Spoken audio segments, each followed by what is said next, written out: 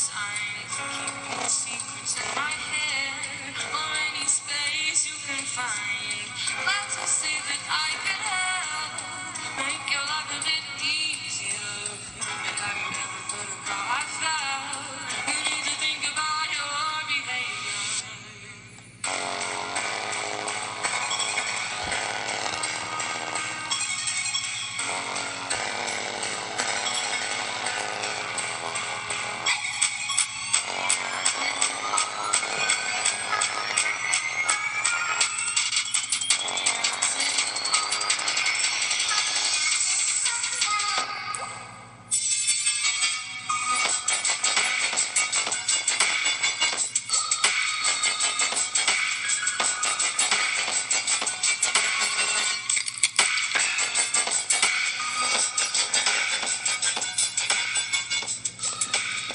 It is Sunday, and it's almost Monday, and it's time for another edition of Butch On Sports. Simply Butch is here, and always thanks for tuning in, boys and girls. Yes, indeed. Hopefully you had a stupendous weekend. The weather was great in the city of Detroit, looking at 80 degrees in your car. Official degrees today was 76 or 77 degrees there. That's okay. I'll take it any day, any day. Great Saturday and Sunday, boys and girls, here in southeastern Michigan there. And hopefully it was great weather in your area as well, as, again, we're under some very strict restrictions. However, whatever time you got to see the sunshine, and enjoy the weather. It is great. It is great indeed there. Hopefully everyone is staying safe. Again, we're still under the rules and regulations. Please abide by them and govern yourself accordingly, of course, here. I'm Simply Butch. Welcome to Butch On Sports. And as always, boys and girls, thanks for tuning in. Let's get to some sports news. Maybe you haven't heard of, or maybe you don't care. I don't know, but we'll give it to you here. You know, it's not a surprise, but things are continuing to cancel in sports. Steve Kinnear is the president and the CEO of Little League Baseball. Yes, Little League Baseball in Williamsport, Pennsylvania announced this beginning of the weekend that the 2020 Little League World Series will be played as usual in Williamsport, Pennsylvania. However, it'll be canceled this year. The statements from Little League Baseball, and this is the statement they made. This is a heartbreaking decision for everyone at Little League Baseball International, but more so for those millions of Little Leaguers who have dreamed of one day playing in one of our 7 World Series events. After exhausting all possibilities and options, we came to the conclusion, because of significant public health uncertainties, that it will still exist several months from now, and with a direction from the Pennsylvania Governor Tom Wolf and Secretary of Health Dr. Rachel Levy, as well as senior public health officials and government leaders from the locations of our 6 World Series are held, or continents, I should say, as well as the qualifying regional tournaments in the United States. It will not be possible to process with the tournament that they're hosted for nearly 75 years. Big ouch here for Little Leaguers, and this one, as I should say, the capital events of every summer in August and in July. And right now, in a normal base here, many Little Leaguers are just getting it wet here, playing baseball all summer long, getting ready for those qualifying rounds and the senior games and the all-star games and all this other crap is going down the toilet because of this health pandemic here. So you really feel very, very bad for these kids who are 12 and under who partake and dreaming about this particular event every year. Yesterday, I'd say it's almost 12 o'clock now, so I can say it. Say yesterday with the quickness here, the Kentucky Derby would have been ran. And I say that because that's one of the sport events my mother got me hip to when I was a little kid, being that she's from Louisville, Kentucky, off of Grand Avenue. Yes, indeed. Yeah, I went to my first Kentucky Derby on the grace of my mom, because she's from there and had a place to stay and can enjoy all the events and all these others. And she was dressed to kill for it, by the way, my mom, my late mom, Alma Davis. This was a week for Kentucky Derby. No Kentucky Derby. From my knowledge right now, from what I've been reading, September will be the month of the Kentucky Derby, so it's really not washed out as of yet. Hopefully it will not be.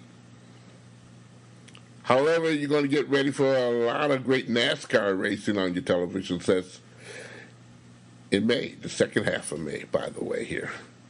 As a DO-sanctioned body, I like hearing that word, the sanctioned body, like there's a lot of people get together here and make plans for all this good stuff here. It's made its plans for the mid-May return of the official event, and it'll be in such a manner that basically they're going to get a lot of racing in a short period of time. Official races on Thursday with the Cup Series race scheduled at Darlington on May the 17th. That'll be the first of 7 races over a period of 11 days across NASCAR, 3 national series. And they also will be held without fans, so they will not be in attendance at none of these particular events because of the safety during the coronavirus pandemic. And, this was like Tuesday when we got there. It wasn't Tuesday when I got the report. It was late Thursday. But I caught up with everything. The process started like Tuesday when the multi-outlets of the 400-mile track at Darlington, they're going to get together on Sunday, May the 17th. It will be the first of back-to-back-to-back races. In the Cup Series, they'll run again on Wednesday, May the 20th, a day before the second race Cup. The Affinity Series will resume the season race at Darlington. Notice there, Darlington I'm mentioning for 3 of these particular races there. 3 races at Darlington will be followed by 4 races in Charlotte, North Carolina there. The Cup Series, the Coca-Cola 600 on May 24th. The Affinity Series will still run on the 25th. And the Truck Series will follow on Tuesday. A stretch of races then will conclude with the Cup Series racing in Charlotte for the second straight time and for the 4th time in 11 days on May the 27th. So, boys and girls, this event will be happening, hopefully, if nothing happens, again, things are not all set in scroll via the health situations, I should say here. So, let's cross your fingers and your toes, do a lot of praying, that always helps, big time. Now, you want to talk about NBA basketball? Being that we're on the subject of places trying to get it together or leaving it alone, we'll deal with basketball today. And I read the paper and also hearing news about, families will be separated and whatnot, and the NBA kind of really came out on the limb on Thursday afternoon, this past Thursday afternoon, I should say, and then emphasized some more on it on Saturday, that the NBA do not want to separate players and their families. Yes, that was a big deal. All kinds of contingent inventions, I'm just going to put it that way, inventions have been trying to think up how the NBA season is going to be dealt with. One of the things that they're talking about greatly here is that the season may not start, or may be better to start in December rather than October. But however, they're still contemplating on this season, on finishing the rest of the season. And they're thinking that, some locations such as, yes, Las Vegas. It has multiple courts and arenas in that particular city. The MGM is one of them. The new arena they just built, T-Mobile, Mac Arena, University of Las Vegas play. They have a smaller gym as well as a bigger. So that's right now 4 gyms just in Las Vegas alone that you hold multiple games and don't have the players ripping and running all through the United States. That was one of the big issues right now with many of the owners as well as the higher art of the NBA and many other organizations such as the NHL and therefore, and also Major League Baseball. So here's one of the deals, and a lot of people have been mentioning Florida, like Disney World, would be the perfect place to finish out the NBA season. Now that has been reportedly on the table as a contingent move to explore all options of exclusively a central venue for the league action there. Again, I said Las Vegas have been discussed, and also the Bahamas. And Shane Charendis of The Athletic gave this report. I got to give him his adieu there. I got this report here. And he said Disney World is now the latest location in entering in the mix. There's a lot of numerous reasons that make sense. Of course, you all know that Disney owns ABC and ESPN, meaning there's always a direct partnership with the NBA. Ha ha ha, he he he. Guess who's making money? And Disney has reported already offered up its property as the NBA see fit, of course, to put it together. That means they have full autonomy, the NBA, to go in there and refix up joints and reschedule hotels. The whole 9 yards here with, maybe an outdoor game. Main purpose is, of course, is trying to finish up the season at a central isolated location with be limited travel, of course. That's one of the big deals that I've been mentioning. And majority of the stories are supposing, like the racing car venue there, they're not going to go too far. And it seems like the NBA is staying on that same kind of virtue there. They don't want anybody exposed to the virus, and needless to say, that's a healthy situation of how the NBA might have to plan this. And all of this is contingent also, by the way, boys and girls, on widespread COVID-19 testing. When it start being available there. Many of us going to have to get tested, if we like it or not. That's going to happen. That's got to happen. We got to know who's who, what, where, how, and what to do. And who's going to have the properties of being able to get extra support if it's needed there. The league, of course, is seeming to be very hopeful, I guess, that it might be in the case it's going to be mid-May, early June. Now, that's the word on the NBA.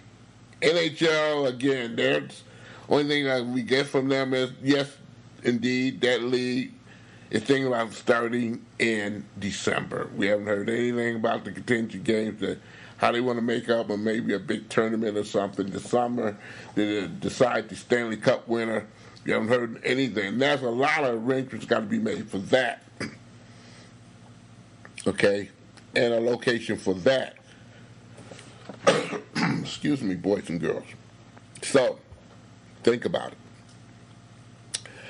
Major League Baseball, former Major League Baseball players, Derek Jeter and Larry Walker is going to have to wait another year to be induced in the National Baseball Hall of Fame in Cooperstown, New York. The museum board of directors came, I like that one now.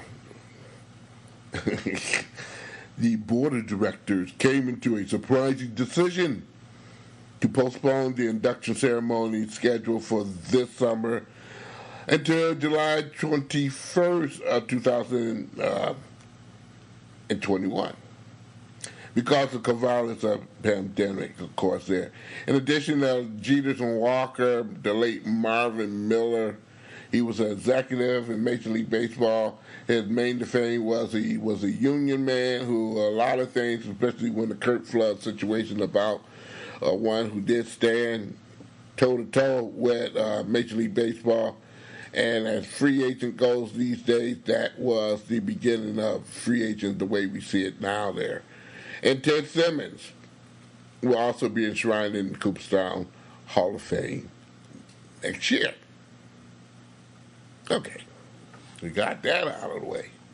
Detroit Lions, do you think I'm going to leave them alone here? Detroit Lions are expected to pick up the fifth-year contract. They're not expected to pick it up. Let me say that right now. Psych your mind here. Jared Davis is the recipient of this particular warning that the Detroit Lions have confirmed. You know, it could be a possibility, but not likely. NFL Network Ian Rappaport, reported that on Saturday that the 2017 first-round draft pick for the Lions, Davis, will become an unrestricted free agent following the 2020 season, if there is one there. He's slated to make a base salary of $1,096 in 2020. That's not a lot of money.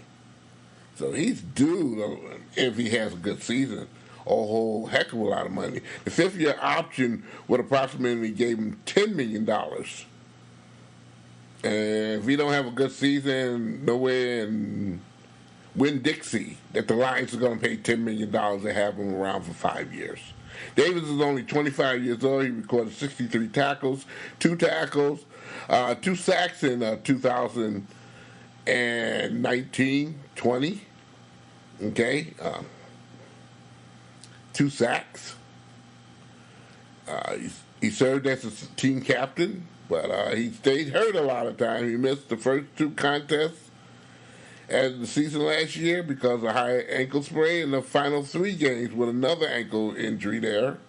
That's 5 games. So we're talking about injuries and keeping yourself healthy and bad luck and a whole heck of a lot. Like I said, Jared Davis is going to have a humongous great season for the Lions to even consider to put $10 million on the table there. Now, with all that saying, the draft has ended there.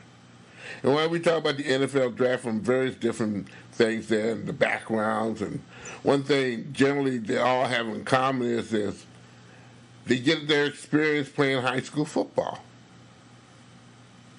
And a total of 234 high schools contributed to the 255 players selected in 7 rounds of draft this past April. Let's give you an example, per se, of a lot of their things. For instance, and I got a list of them in a few minutes, but let me get you Detroit, okay? Cass Tech has 2 people who went to the pros, okay?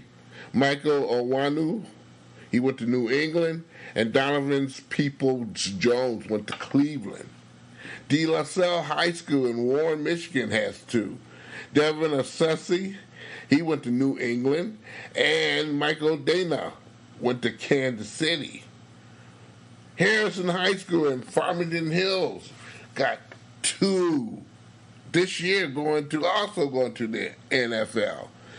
Michael Ojemudia and Khalid Kareem went to Cincinnati. Ojemudia went to Denver. That's 6 right there.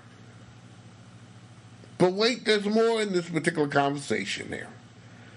With the most players in the draft in 2020 per capita here. Now, Hawaii has 1,360,000 people. They had, so that means in naturality there.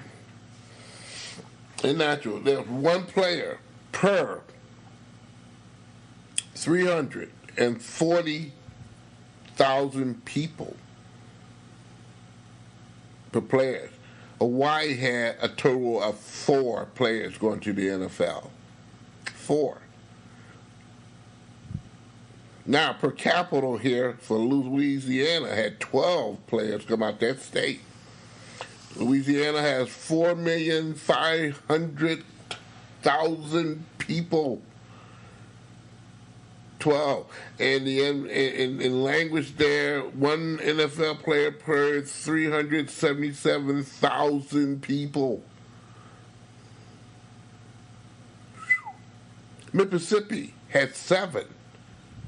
They have 2,997,000 peoples living in that state. And 7 of their players from that state went there. So that's one NFL player per 423,000 or 424,000 people. Alabama had 11 players go to the NFL this year.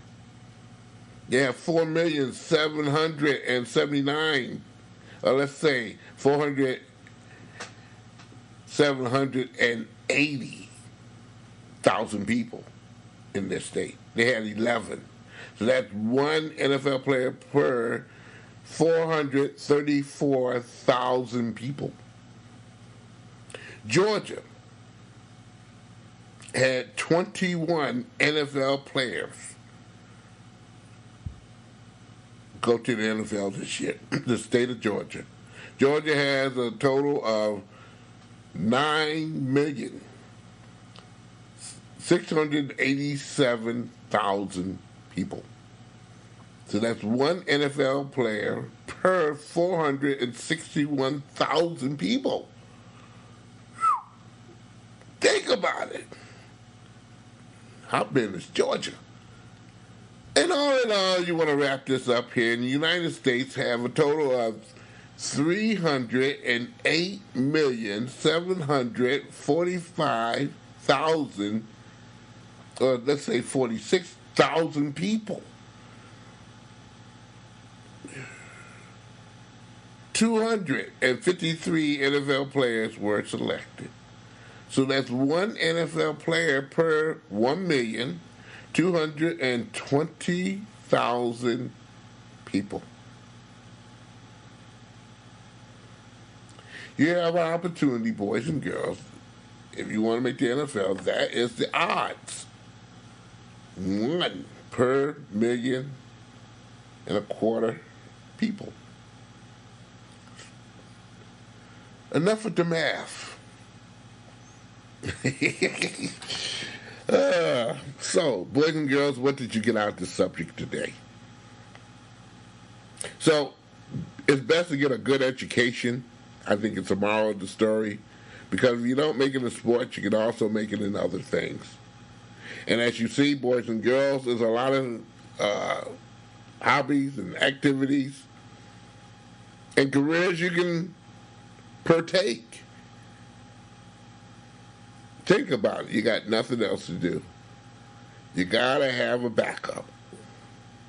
And with that saying, we end another edition of Butch On Sports.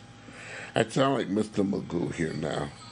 Hey, all you who have watched Michael Jordan, so what? Guess what I watched tonight, boys and girls? I watched Blue Chip. Yes, that basketball story that was incredible with Penny Hardaway and Shaquille O'Neal and Ricky Roby and a whole lot of other players and guests and coaches and stuff in there. And I enjoyed that movie tremendously because always a happy and sad ending, and it was a big time. You gotta watch you gotta watch the movie. You got nothing else to do during this time. Good movie, by the way. I think so. Hey, Butch On Sports is a presentation of Oh My Darling Productions. Hey, thanks for listening. Butch On Sports can be, can be heard on Butch On Sports' Facebook page. Yes, indeed. You can also go to Podomatic.com, type in SIMPLYBUTCHTOO.Podomatic.com. Yes. You can also go to thegamesportshow.com, where yours truly appears on the Game Sports Show on Mondays. Yes, every Monday from 6 to 8 o'clock on ESPN 1400 in Sault Ste. Marie, Michigan, and then some around the old country. Yes, you can also get that also right after the show.